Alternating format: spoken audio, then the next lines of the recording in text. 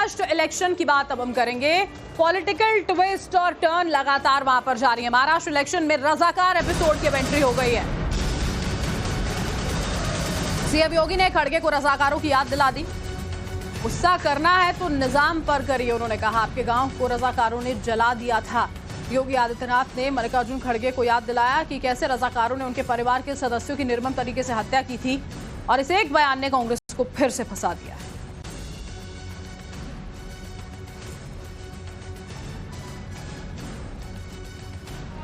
तीन दिन से कांग्रेस के अध्यक्ष श्री मल्लिकार्जुन खड़गे जी की बात को देख करके वे मुझ पे बहुत नाराज हो रहे हैं। वे नाम पीले बनने जा रहे हैं मुझ पर कि मैं इस प्रकार की भाषा का प्रयोग क्यों कर रहा हूं।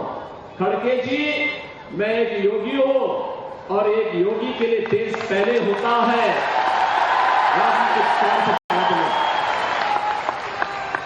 यही अंतर है एक योगी में और आप में कि मेरे लिए देश पहले है, क्योंकि मेरे नेता मोदी जी ने हमें यही बताया है कि पहले हर काम देश के नाम। लेकिन आपके लिए कांग्रेस की तुष्टीकरण की नीति पहले है और यही कारण है कि आप सच्चाई न बोल पा रहे हैं न समझ पा रहे हैं। आपको गुस्सा करना है तो निजाम पर करिए, हैदराबाद के निजाम को। जिस हैदराबाद के निजाम के रजाकारों ने आपके गांव को जलाया था,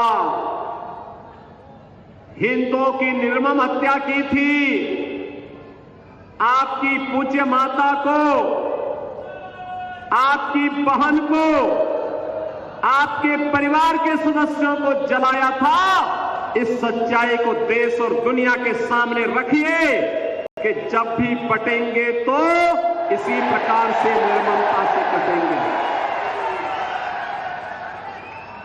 ये सच्चाई रखिए।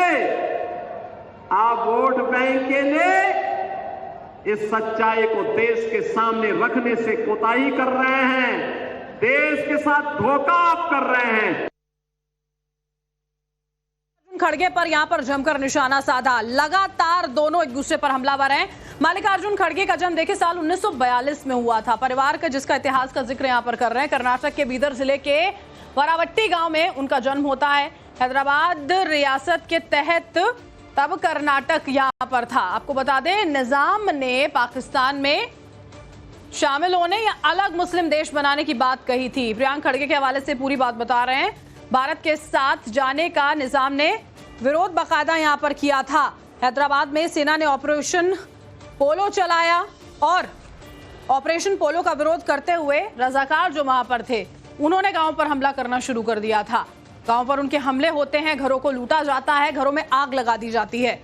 रजाकार हैदराबाद के निजाम की निजी सेना थे जो रजाकार थे। हिंसा की चपेट में खड़गे का परिवार भी आया था। उनका परिवार चपेट में आता है। 6 साल के थे तब खड़गे उनके परिवार पर जब हमला किया गया था, रजाकारों ने उनकी मां, उनकी बहन को जिंदा जला दिया था। खड़गे के पिता परिवार को बचा नहीं पाए थे, लेकिन किसी तरह से खड़गे जो उस वक्त 6 साल के थे वो बच जाते हैं। उनकी जान बच गई थी, लेकिन देखिए परिवार पर किस तरह का असर उस दौरान पड़ा था।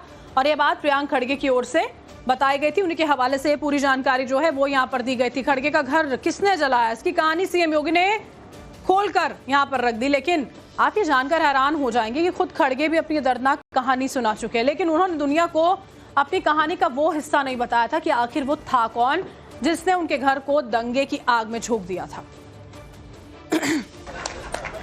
मैं अकेला था।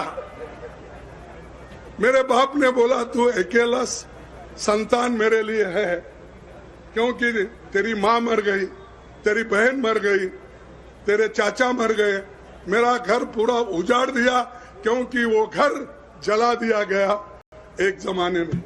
वो क्यों जलाया मैं नहीं बोलता, लेकिन जल गया, सब लोग मर गए। बार एपिसोड की एंट्री महाराष्ट्र चुनाव में तो हो चुकी है, लेकिन आखिरकार रजाकार थे कौन, जिसका जिक्र सीएम योगी ने यहां पर किया है। आपको यह भी बता देते हैं, हैदराबाद निजाम की ताकत हुआ करते थे रजाकार। ये आम लोगों से ही बनी हुई एक मिलिट्री थी, जो हम आपको बता रहे हैं। हथियार चलाने का प्रशिक्षण इनको मिला हुआ था, इन्हें प्रशिक्षण दिया गया था।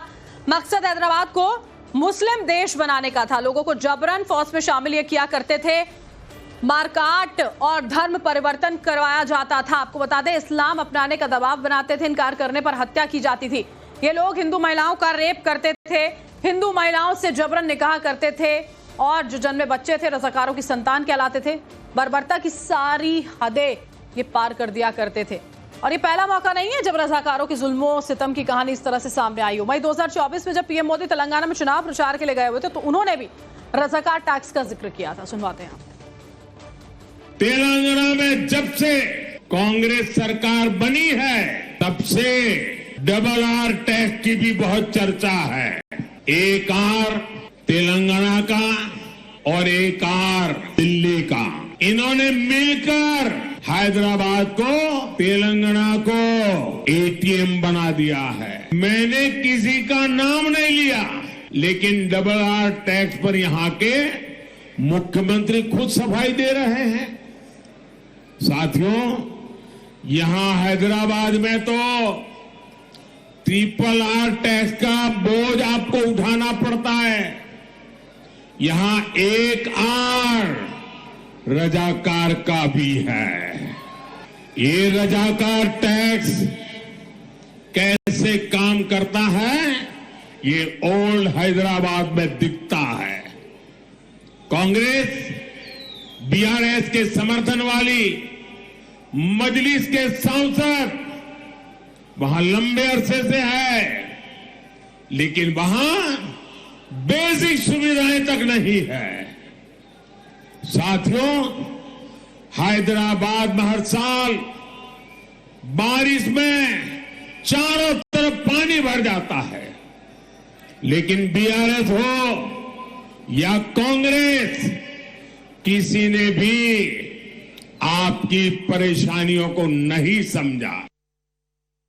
हमारे संवाददाता अतुल इस वक्त लाइव हमारे साथ जुड़ चुके हैं। अतुल, मल्लिकार्जुन खड़गे और योगी आदित्यनाथ के बीच में ज़बानी जंग लगातार जारी है। योगी का यह कहना है कि जो जुल्मों सितम खड़गे के परिवार पर हुआ, वो उसको वोट बैंक की राजनीति के लिए भुला चुके हैं।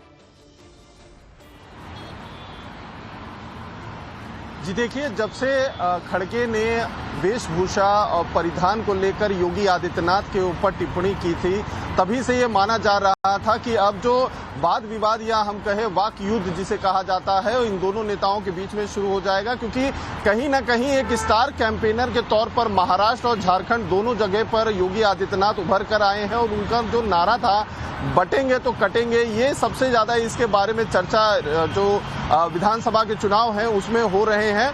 यही वजह है कि इसमें जो खड़गे की तरफ से बयान दिया गया था, उसको काउंटर करते हुए योगी आदित्यनाथ ने इस तरह की बात कही है। उसमें उन्होंने उनके परिवार के ऊपर जो अत्याचार हुआ था, जिसके बारे में खुद खड़गे बात बता चुके थे, लेकिन वो बातें उन्होंने कुछ हद तक आधी अधूरी तौर पे बताई थी, कुछ बातें उन्होंने छुपाई थी, जिसको लेकर उन्होंने योगी आदित्यनाथ महाराष्ट्र के जो है चुनावी प्रचार के दौरान इस तरीके के खुलासा कर रहे थे। तो ऐसे में तल्खियां दोनों तरफ से देखी जा रही हैं। अब चूंकि 4 से 5 ही रोज केवल बचे हुए हैं इलेक्शन के कैंपेन को खत्म होने को लेकर, तो इसमें अंदाजा लगाया जा रहा है कि और भी ज्यादा जो तल्खी है वो भी आएगी। महाराष्ट्र के आज दौरे पर खुद खड़गे भी हैं और 2 जगह पे उनकी जनसभाएं भी हैं। मुंबई से सटे मीरा भाईंदर में खुद योगी आदित्यनाथ आज आ रहे हैं, वहां पर उनका रोड शो भी है। तो इस तरीके से अब जैसे जैसे ये नेताओं का मुंबई आना शुरू होगा, उसी तरीके के तल्खियां यहाँ पर मुंबई में भी जो माहौल है वो काफी ज्यादा गर्म हो जाएगा। लेकिन अब यहाँ पर प्रतिक्रिया जो है तो जाहिर तौर पर देखने को मिलेगी कांग्रेस की ओर से,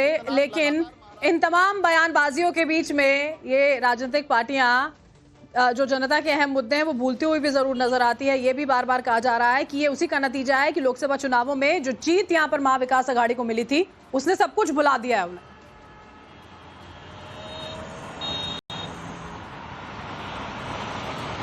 जी देखिए, कहीं ना कहीं इस चीज का अगर देखें तो जो अंदर बीजेपी के शीर्ष नेतृत्व तो हम कहें या जो हमारे सोर्सेस हैं उन चीजों को ये लोग समझ पाए हैं कि कहीं ना कहीं जिस समय लोकसभा चुनाव हो रहा था उस समय बीजेपी के जो कार्यकर्ता थे या जो नेतृत्व था वो कहीं ना कहीं मोदी जी के चेहरे पर काफी ज्यादा कॉन्फिडेंट हो चुका था कि उन्होंने जिस तरीके से 10 साल काम किया है वो उसका समर्थन वापस से उन्हें मिलेगा, जन समर्थन मिलेगा। इसी वजह से उन्होंने कहीं ना कहीं कोताही बरत दी थी, जिसका नतीजा हुआ था कि महाराष्ट्र में जिस तरीके से मराठा वर्सेस ओबीसी के आरक्षण के साथ साथ दूसरे जो मुद्दे थे उन पर ज्यादा जो है बीजेपी के नेता या महायुति के नेताओं ने फोकस नहीं किया था, जिसका खामियाजा उन्हें भुगतना पड़ा कि करीबन 17 सीटों तक ही महायुति सीमित हो गई थी और 30 के ऊपर का आंकड़ा चला गया था महाविकास आघाड़ी का। लेकिन अब वापस से जमीनी स्तर पर जो हिंदुत्व का जो मेन एजेंडा हमेशा से बीजेपी का रहा है, हमले किए जा सकते हैं अतुल, अब उनका इस्तेमाल किया जा रहा है महायुति को निशाने पर लेने के लिए और पलटवार भी दूसरी तरफ से जारी है। आगे भी आपसे जानकारी लेंगे, फिलहाल के लिए शुक्रिया।